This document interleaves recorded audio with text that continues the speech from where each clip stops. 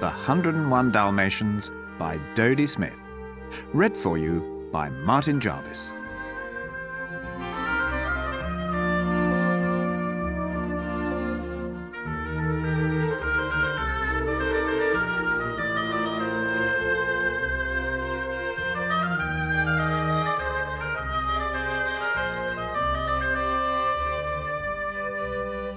Not long ago, there lived in London a young married couple of Dalmatian dogs named Pongo and Mrs. Pongo.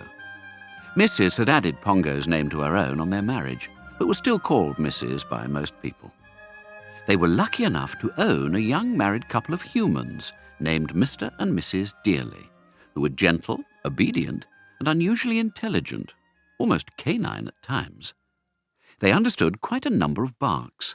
The barks for out please, in please, hurry up with my dinner, and what about a walk?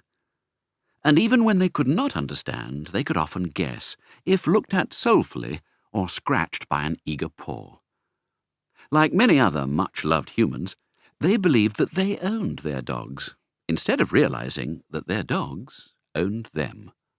Pongo and Mrs. found this touching and amusing, and let their pets think it was true. Mr. Dearly, who had an office in the city, was particularly good at arithmetic. Many people called him a wizard of finance, which is not the same thing as a wizard of magic, though sometimes fairly similar. At the time when this story starts, he was rather unusually rich for a rather unusual reason.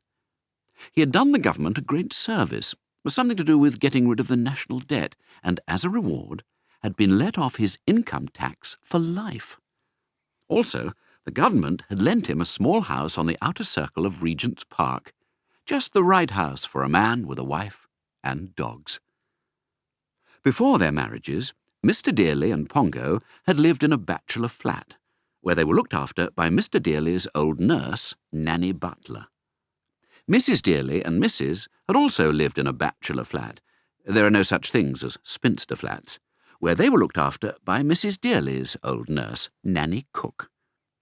The dogs and their pets met at the same time and shared a wonderfully happy double engagement, but they were all a little worried about what was to happen to Nanny Cook and Nanny Butler. It would be all right when the Dearlys started a family, particularly if it could be twins, with one twin for each nanny. But until then, what were the nannies going to do? For though they could cook breakfast and provide meals on trays, meals called a nice egg by the fire, neither of them was capable of running a smart little house in Regent's Park, where the Dearlys hoped to invite their friends to dinner. And then something happened. Nanny Cook and Nanny Butler met, and after a few minutes of deep suspicion took a great liking to each other. And they had a good laugh about their names. "What a pity we're not a real cook and butler," said Nanny Cook.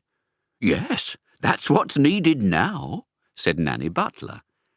And then they both together had the great idea. Nanny Cook would train to be a real cook, and Nanny Butler would train to be a real butler. They would start the very next day and be fully trained by the wedding. "But you'll have to be a parlour maid, really," said Nanny Cook. "Certainly not," said Nanny Butler. "I haven't the figure for it. I shall be a real butler, and I shall valet Mr. Dearly, which will need no training, as I've done it since the day he was born." And so, when the Dearlys and the Pongos got back from their joint honeymoon, there were Nanny Cook and Nanny Butler, fully trained, ready to welcome them into the little house facing Regent's Park. It came as something of a shock that Nanny Butler was wearing trousers. "Wouldn't a black dress with a nice frilly apron be better?" suggested Mrs. Dearly, rather nervously, because Nanny Butler had never been her nanny. "You can't be a butler without trousers," said Nanny Butler firmly, "but I'll get a frilly apron tomorrow. It will add a note of originality." It did. The nannies said they no longer expected to be called Nanny, and were now prepared to be called by their surnames in the correct way. But though you can call a cook cook, the one thing you cannot call a butler is butler. So in the end, both nannies were just called Nanny Darling, as they always had been.